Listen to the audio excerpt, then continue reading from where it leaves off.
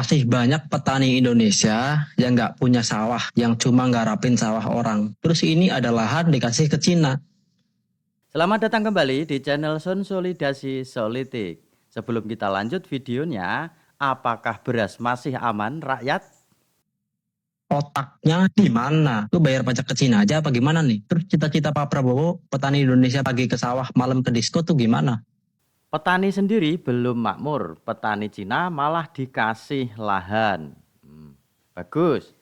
Kita lihat komentarnya ya, ada yang komentar positif ini. Bukan gitu Bang, maksud pemerintah itu kita harus banyak belajar dari Cina. Bagaimana menjadi petani yang modern dan unggul. Bisa transfer pengetahuan. Ya, kalau sisi positifnya kita anggap seperti itulah. Tetapi apakah pertanian kita itu lebih rendah daripada pertanian Cina? Ya, belum tentu Bang. Nenek moyang kita itu dari zaman bahula itu sudah bertani dan teknologinya sampai sekarang masih bagus itu. Petani organik itu enggak pakai pupuk, enggak pakai pestisida kimia, dan hasilnya dimakan pun juga sehat Bang. Hmm, hmm, hmm. Lo pikir Cina sebaik itu? Saya sepakat ini. Jadi mulai sekarang kita harus banyak berpikir atau berubahlah cara berpikir kita bahwa orang luar negeri itu lebih pintar dan lebih baik daripada kita. Ya kita harus pede bahwa pertanian kita yang diusung oleh nenek moyang kita, konsep-konsep dalam pertanian ramah lingkungan itu justru akan lebih baik daripada negara-negara lain kan gitu. Itu bukan lahan biasa bro, tapi lahan gambut air asin. Saat ini Cina sudah berhasil menciptakan varietas padi yang bisa tumbuh di lahan gambut air asin. Jadi kita juga harus cerdas menanggapi bro. Oke, kalau persoalan menanggapi informasi dari media, saya sepakat dengan ini. Dibaca dulu, jangan hanya judulnya saja, seperti kita ini seringkali membaca hanya judulnya saja, tapi isinya tidak. Kembali lagi pada persoalan lahan yang diserahkan Cina, ini secara umum menurut saya juga salah. Nah, persoalan lahan gambut dijadikan lahan pertanian, nah ini ya gimana ini pemerintah maunya?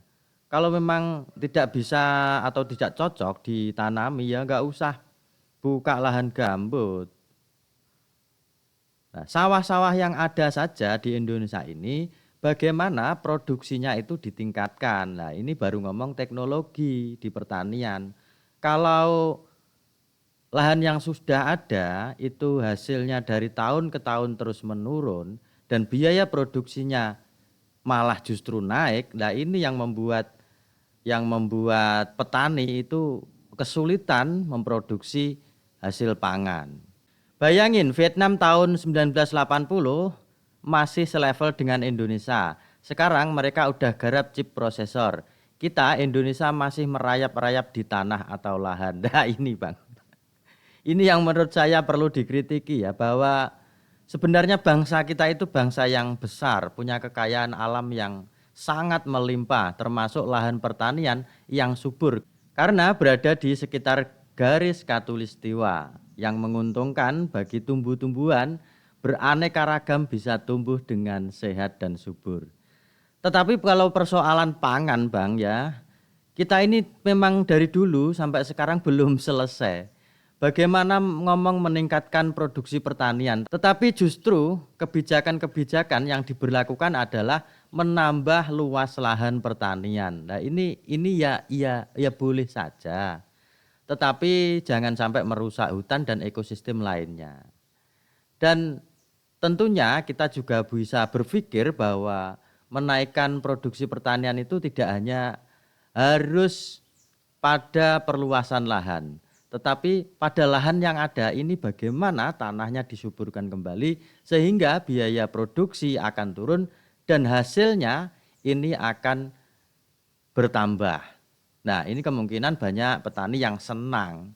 Kalau kebijakannya lagi-lagi menambah atau memperluas lahan pertanian apalagi ngerusui hutan, nah ini yang menjadi pertanyaan besar.